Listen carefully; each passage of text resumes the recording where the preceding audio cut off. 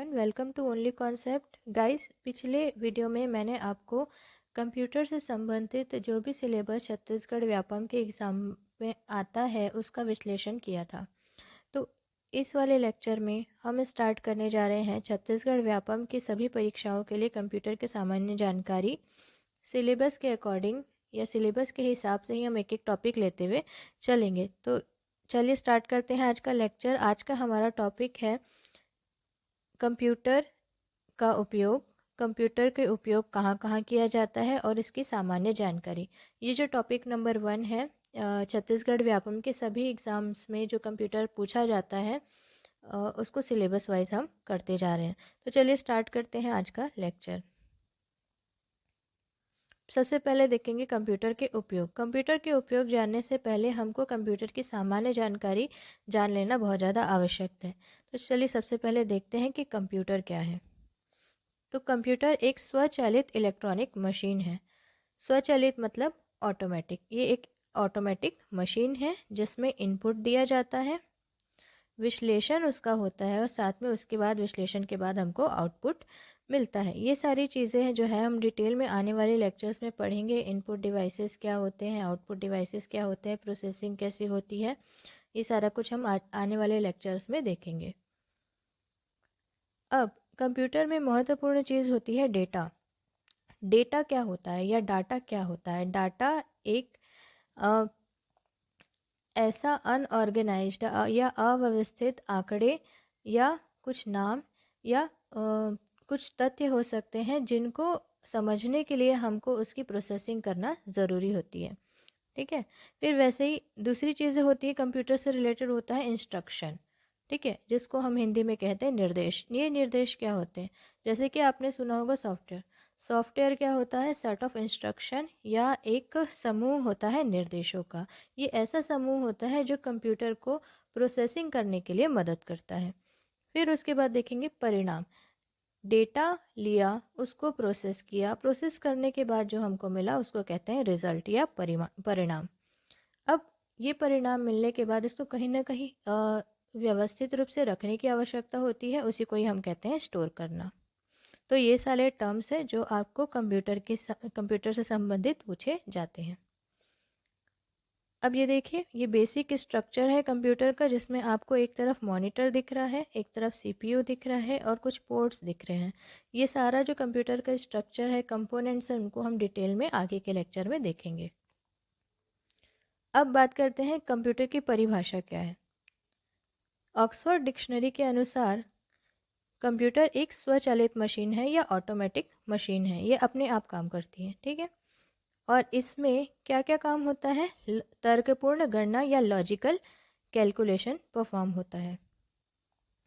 साथ ही इसमें जो परिणाम मिलते हैं वो एनालिटिकल परिणाम या विश्लेषक परिणाम मिलते हैं। ये ऑक्सफोर्ड की डिक्शनरी के अनुसार इसकी परिभाषा या डेफिनेशन है। तो देखिए किस तरीके से हम इनपुट देते हैं, वो प्रोसेस होती है, प्रोसेस होने के बाद हमको आउटपुट मिलता है और उस आउटपुट को हम स्टोर करते हैं। अब बात करते हैं कंपोनेंट्स ऑफ कंप्यूटर या कंप्यूटर के घटक क्या क्या हैं। पहला होता है हार्डवेयर। ठीक है। तो पहला घटक क्या है? हार्डवेयर। दूसरा होता है सॉफ्टवेयर और तीसरा होता है डेटा। डेटा मैंने आपको बता दिया। तो चलिए देखते हैं हार्डवेयर क्या है। हार्डवेयर एक भौतिक भाग या फिजिकल पार्ट होता है कंप्यूटर का। Physical part in the sense जिसको आप टच कर सकते हैं, छू सकते हैं, जैसे कि keyboard, mouse, monitor, CPU, printer इत्यादि। देखिए ये कंप्यूटर के से रिलेटेड आप कंपोनेंट्स देख सकते हैं, जैसे मॉनिटर है, कीबोर्ड है, स्पीकर है, ये सारे कुछ क्या है? हार्डवेयर है जिसको आप छू सकते हैं।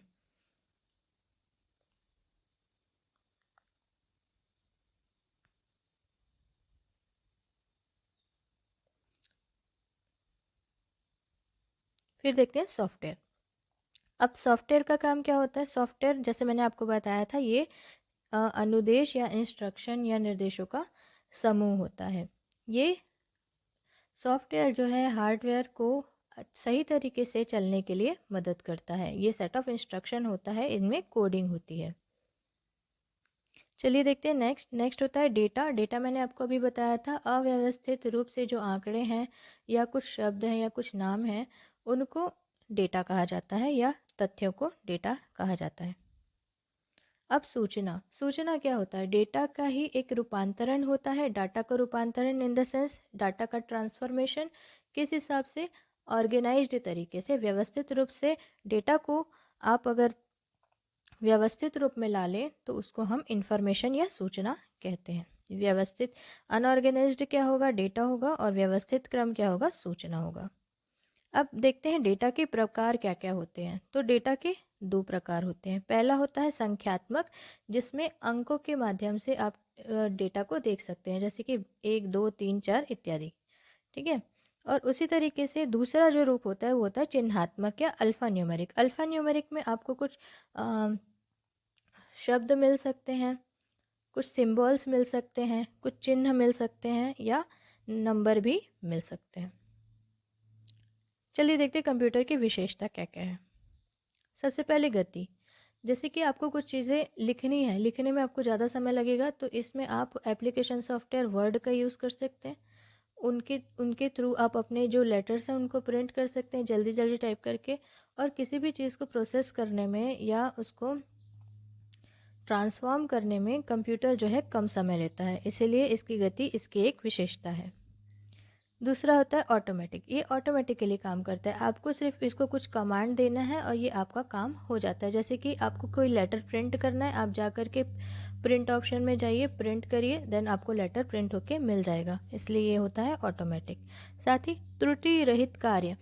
कंप्यूटर जो भी एरर करता है या जो भी गलती करता है वो मानव निर्मित गति होती है, क्योंकि जैसे अगर हम गलत कमांड देंगे तो कंप्यूटर गलत तरीके से काम करेगा।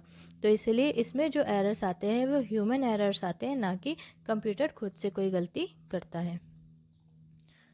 तीसरा है स्थायी भंडारण या परमानेंट स्टोरेज। जैसे कि आप सब जानते हैं, जब हम अपने कंप्यूटर को फॉर्मेट कराने जाते हैं तो उस समय में बोलते हैं कि कितना पार्टीशन करना है, पार्टीशन के अकॉर्डिंग ही हमको अलग अलग स्टोरेज मिलती है। ठीक है। तो वो जो स्टोरेज है, जैसे कि आपने कोई एक ड्राइव में ले जा करके अपनी फ़ाइल को सेव कर दिया, तो उस समय में वो आपकी जो फाइल है वो परमानेंट स्टोर हो जाती है, अगर आपने उसको सेव किया है तो। इस तरीके से कंप्यूटर आपको परमानेंट या स्थायी भंडारण देता है। विशाल भंडारण क्षमता। जैसे कि आप सब जानते हैं आजकल फ्रेगमेंटेशन बहुत ज़्यादा, आप बल्क में ले सकते हैं स्टोरेज, आपके अकॉर्डिंग, आपके बजट के अकॉर्डिंग आप ज़्यादा स्टोरेज ले सकते हैं, इसलिए बल्क में भी आप स्टोर कर सकते हैं। अब जो आपने फाइल सेव करके रखी है उसको आप बहुत ही जल्दी से उसका लोकेट करके आप क्या कर सकते हैं? प्राप्त भी कर सकते हैं। इसको बोलते हैं भंडारित सूचना को तीव्र गति से प्राप्त करना या फास्ट प्रोसेसिंग। जल्दी निर्णय लेने की क्षमता, डिसीजन मेकिंग। जैसे ही आपने सेव बटन पे क्लिक किया पूरा डेटा आपका क्या हो जाएगा? सेव हो जाएगा। या कोई कैलकुलेशन आप कर रहे हैं उसको परफॉर्म करने के लिए, या एक्सेल शीट में काम करें, वहाँ पर भी जो भी डिसीजन मेकिंग होगी वो क्या होती है? कंप्यूटर की फास्ट होती है। निर्णय लेने की क्षमता क्या होती है इसकी? फास्ट होती है, जल्दी होती है। तो ये भी एक इसकी इम्पोर्टेंस है। वर्सेटैलिटी, अलग अलग काम एक साथ कर सकते हैं। जैसे कि आपने एक तरफ ब्राउज़र खोल करके रखा है, ठीक है, एक तरफ आप अपनी एक्सेल शीट में या वर्कबुक में काम कर रहे हैं, तो इस तरीके से कंप्यूटर जो है अलग अलग तरीके के काम कर सकता है। आप बैकग्राउंड में कोई म्यूज़िक प्ले हो रहा है, इधर आप अपना काम कर रहे हैं, तो ये क्या है? वर्सेटैलिटी। कंप्यूटर क्या कर सकता है? विविधता पूर्ण कार्य कर सकता है।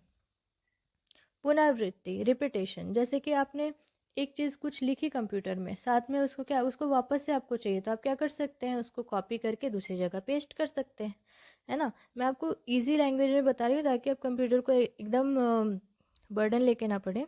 तो इसीलिए पुनरावृत्ति क्या होगा? रिपीटेशन। रिपीटेशन मतलब आप वही कार्य बार बार परफॉर्म कर सकते हैं।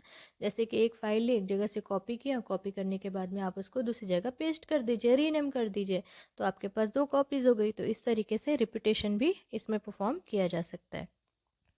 गोपनीयता या सीक्रेसी। जैसे कि आप मान लीजिए कोई डॉक्यूमेंट आपने बनाया, ठीक है, या कंप्यूटर में लॉगिन करने से पहले ही, ठीक है, आपको एक्सेस देना है कि नहीं, ये कौन डिसाइड करता है? कंप्यूटर। कैसे? अगर आप उसमें पहले से ही पासवर्ड सेट कर दे तो आपके कंप्यूटर में कोई भी एंटर नहीं कर पाता। अगर आपने उसमें ऑथेंटिकेशन डाला है तो कंप्यूटर में आपका कोई कंप्यूटर यूज़ नहीं कर सकता, ठीक है।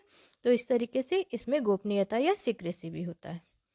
फिर उसके बाद कार्य की एकरूपता, यूनिफॉर्मिटी, मतलब ये क्या करेगा, जैसे आप कोई वर्क परफॉर्म कर रहे हो, कोई काम कर रहे हो, तो एक तरीके से वो काम होता जाएगा, यूनिफॉर्मिटी रहती है। विश्वसनीयता, रिलायबल, जैसे आप कोई काम कर रहे हैं, अगर आपका सिस्टम बहुत सही है, उसमें कोई वायरस वगैरह नहीं है, तो उस समय में कंप्यूटर जो है आपको रिलायबिलिटी देता है, ठीक है। रिलायबिलिटी मतलब आप उस पर डिपेंडेंट हो सकते हैं, उस पर निर्भर हो सकते हैं। कागज़ के प्रयोग में कमी, जैसे कि आप सब जानते हैं कि आजकल जो पैंडेमिक के समय चल रहा है, तो इस समय भी सारा जो कुछ है कंसल्टेंसी वो क्या हो रहा है, ऑनलाइन हो रहा है। तो उस तरीके से जो भी आपको आजकल असाइनमेंट एक्सेट्रा सबमिट करना है वो सब ऑनलाइन करना है, एप्लीकेशन फॉर्म भरना है ऑनलाइन भरना है। तो इस तरीके से पेपर पे जो डिपेंडेंसी थी, पेपर पे जो निर्भरता थी, वो कम होती जा रही है, पेपरलेस वर्क हमारा होता जा रहा है। अब देखते हैं कंप्यूटर की लिमिटेशंस क्या है या कंप्यूटर की सीमाएं क्या हैं।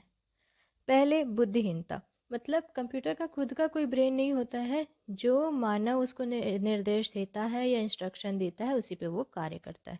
दूसरा, खर्चीला या एक्सपेंसिव, मतलब कंप्यूटर जो है एक्सपेंसिव भी होते जा रहे हैं या होते ही हैं, ठीक है। तो ये आपको अगर कुछ भी यूज़ करना है तो आपको एक्स्ट्रा इनपुट या एक्सपेंस उठाना पड़ता है। वायरस का खतरा, आप सब जानते हैं बहुत सारे अलग अलग प्रकार के वायरस होते हैं। कुछ वायरस होते हैं जो कंप्यूटर के बूट सेक्टर को जाके इफ़ेक्ट करते हैं, कुछ होते हैं जो अलग अलग सॉफ्टवेयर को अटैक करते हैं। तो इस तरीके से कंप्यूटर जो है हमेशा वायरस के अटैक के खतरे में रहता है। विद्युत पर निर्भरता, हाँ, जैसे आप सब जानते हैं कि कंप्यूटर जो है वो ऑपरेट किससे होता है, इलेक्ट्रिसिटी से, विद्युत से, ठीक है। अगर आपके पास यूपीएस भी है या आपके पास लैपटॉप भी है तो भी उसको चार्ज करने की आवश्यकता तो होती ही है। तो डायरेक्टली या इनडायरेक्टली क्या है, हम इलेक्ट्रिसिटी पे या विद्युत पे निर्भर हैं।